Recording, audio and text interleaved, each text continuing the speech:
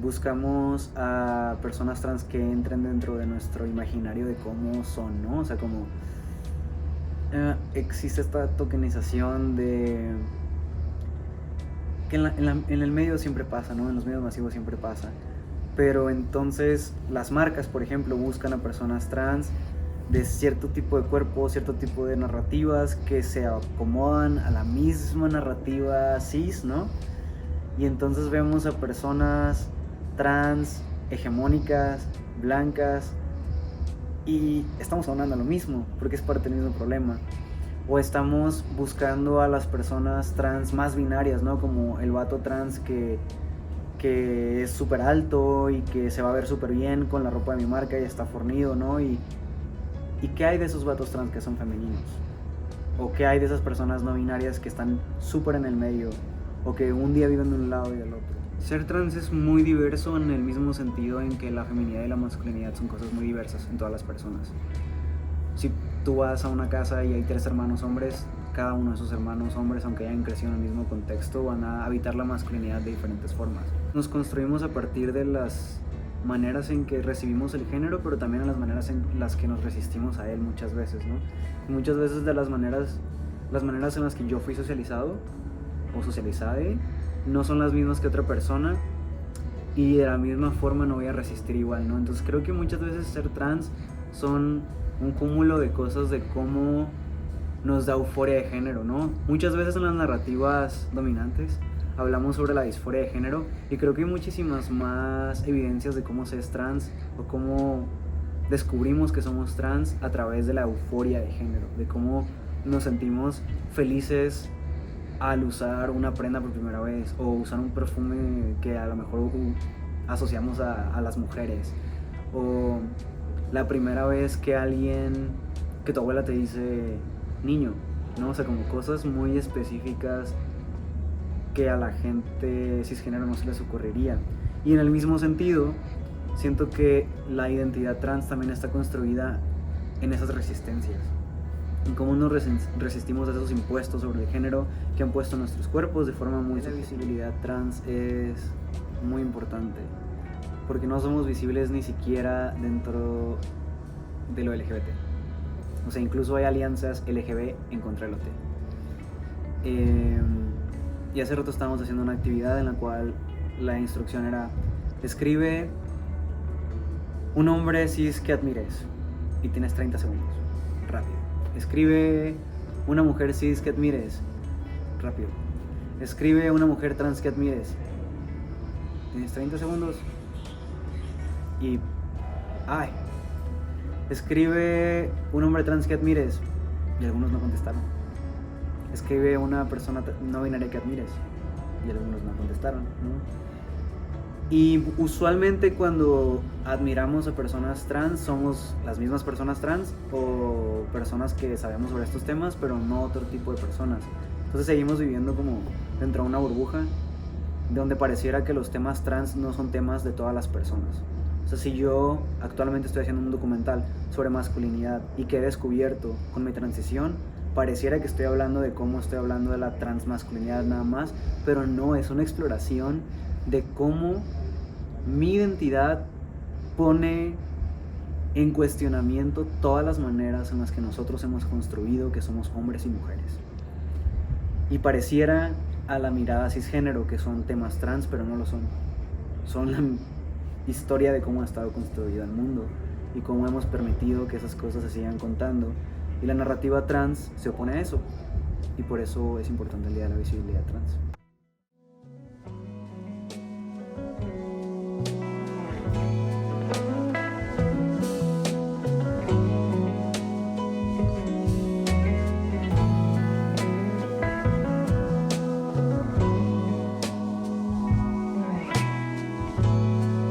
Esta parte de que existimos y resistimos. O sea, somos personas, existimos.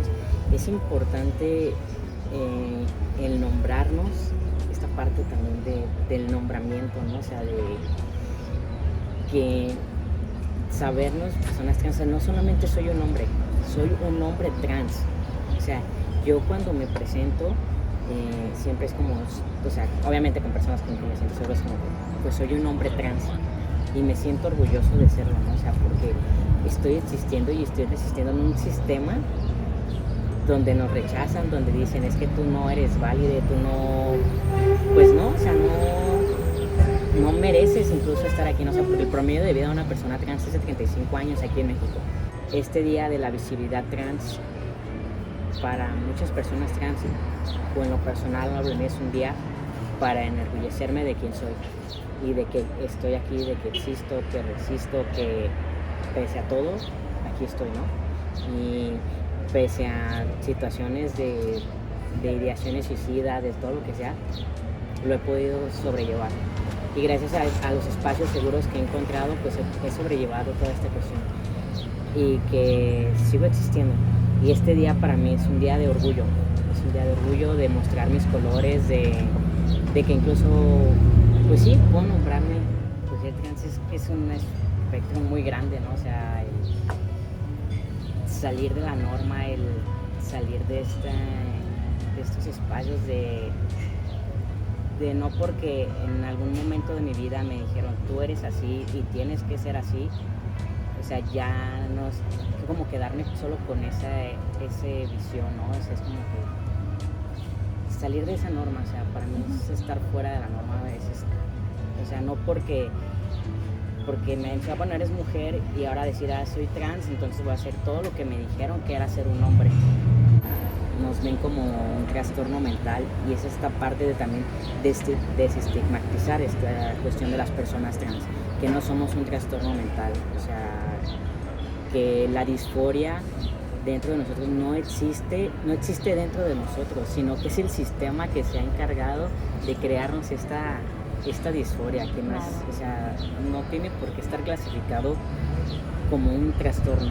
Entonces también queda mucha lucha en esta parte de la cuestión de la salud mental, y es por eso que es importante nombrarnos y visibilizarnos por eso. Entonces yo decía, yo no soy trans porque puedo tener como ciertos parámetros, pero la más importante es que odies tu cuerpo. Entonces yo no odiaba mi cuerpo y yo decía, pues obvio, yo no soy trans, ¿no? Y recuerdo que la primera vez que me cayó el 20 que era trans fue porque yo habitaba la categoría no binaria y decía que era no binaria y me quería que me hablaran con pronombres neutros todo el tiempo. Luego se fue cambiando y adopté los masculinos y los neutros por igual. Pero hubo un tiempo en el que solamente usaba neutros y todavía no estaba en hormonas y bla bla bla. Yo estaba saliendo con alguien que era no binario y en algún punto me dijo, es que nosotros que somos trans, o me dijo, no sé qué se refirió a mí que dijo trans, y yo me dije, fuck, es cierto, o sea que yo me nombre como no binaria implica que soy trans. Y eso fue muy fuerte. Terminé concluyendo que era Dante, que querían comenzar las hormonas, y pues con mi madre las cosas siempre fueron bien. De hecho desde el inicio ya fue como, ¿qué tenemos que hacer? ¿No? Creo que fue más fuerte para ella darse cuenta que era bisexual que ser trans. Pero mi duda más grande era con la familia extensa, con los tíos, los primos, los hermanos de mi mamá y mis sobrinos, ¿no? O sea, como era familia con la que no tenía tanto contacto y es familia que vive en Culiacán, en Sinaloa, ¿no? Entonces yo estaba viviendo aquí en Jalisco en ese momento y pues tenía mi séquito queer. Vivía en un espacio seguro de pura gente queer, alienado de otros contextos donde había más ignorancia. Entonces hubo un tiempo de esa transición en la que yo vivía la utopía queer con mis amigos en Guadalajara, y volver a Sinaloa significaba retroceder en el tiempo. Y si ya todo el mundo me decía antes de usar mis pronombres y neutros y masculinos, y en la escuela incluso también porque estudiaba psicología y la misma carrera permite que todo bien, pues volví a la casa de mis tíos y era como fulanita de tal, o preguntarme cosas que pues para mí ya no eran del diario. Fue difícil porque implica tu transición, educar a muchas personas fuera de tu contexto, pero también dentro de tu contexto. Y dentro de mis redes de apoyo, si bien obviamente han habido momentos que han sido no gratos, también ha sido un ir y venir en el proceso, en el darme cuenta que es muy importante los tiempos y procesos de las personas que te acompañan. Y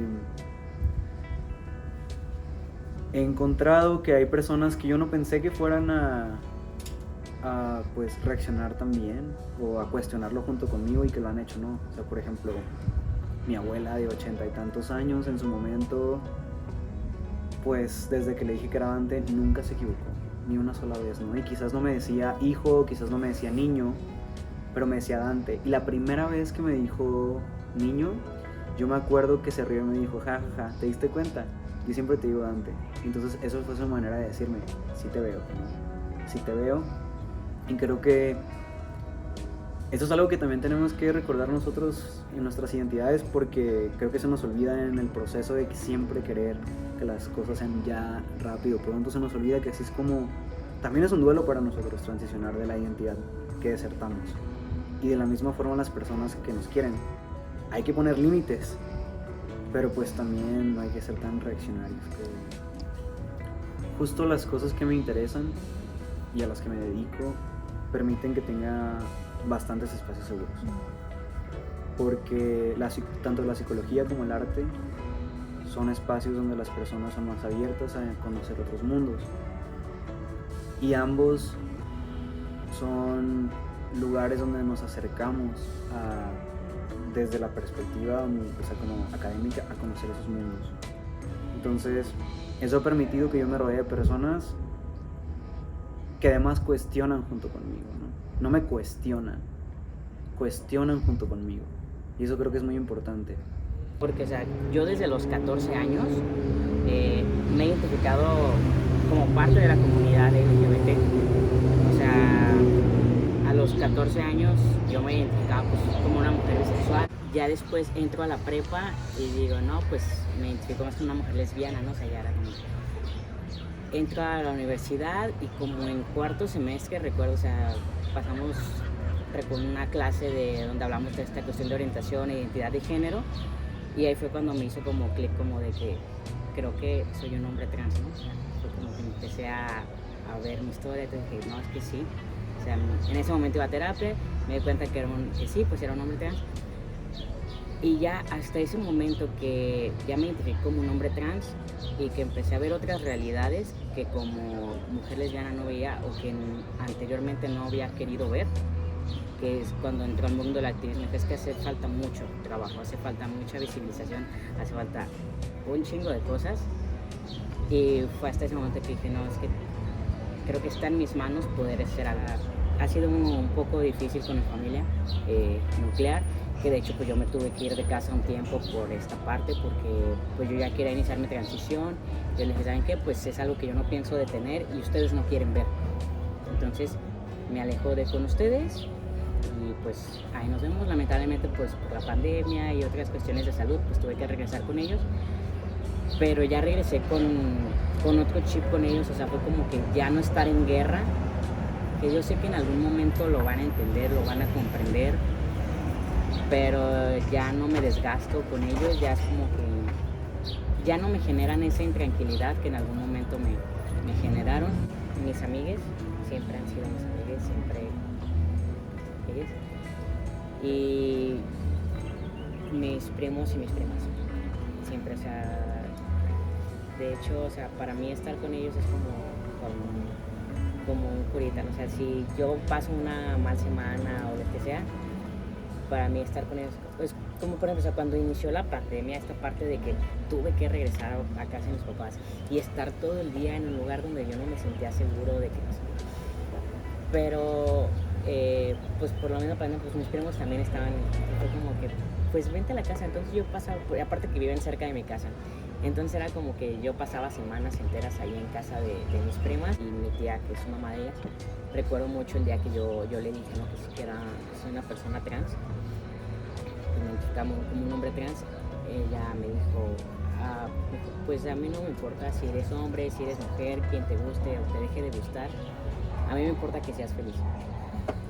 Para mí fue como, o sea, porque, o sea, entiendes como el respeto y el amor que te dan, por ejemplo, mis primos, ¿no? Que son casi todos de mi edad.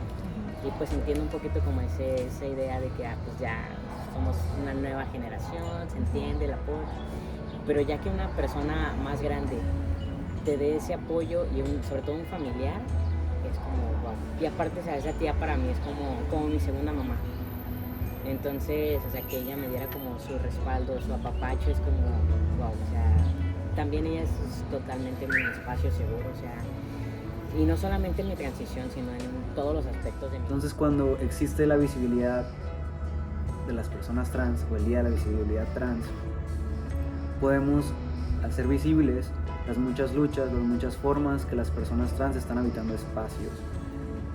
Y luchar contra esa idea tokenizante de que solo existe una persona en la política que es trans, o solo las personas trans existen en ciertos espacios, en ciertos trabajos como precarizados. Y mucha gente a lo mejor piensa como, ¿cuál es la importancia de decir que eres trans si se supone que la diferencia es que haya inclusión? O sea, la importancia de tu lucha es que seamos iguales, pero todavía no llegamos ahí, ¿no? Y ahorita es importante nombrarlo porque esas diferencias se traducen en violencias en los cuerpos. Y si yo no nombro quién soy y desde dónde estoy luchando y resistiendo, entonces no existo. Y mi lucha personal es política también. Y eso, si no es visible, pues me hace invisible a mí y a los que son conmigo. Que también en la sociedad hemos aprendido como a estas maneras de ser hombre y que no solamente existen esas formas de ser hombre como nos han enseñado en este sistema patriarcal, ¿no? Sino que existen diversas maneras y que nuestra expresión de género o cómo nos sintamos pues no tiene por qué hacernos sentir más o menos hombres. O sea, creo que a fin de cuentas cada uno pues es libre de decidir cómo verse, cómo sentirse, pero no por eso vamos a caer como a repetir estos patrones que nos han enseñado. En realidad pues podemos reformar todo esto y que al fin de cuentas ya como personas trans ya nos dimos cuenta que no una cosa o una expresión nos define como tal, ¿no?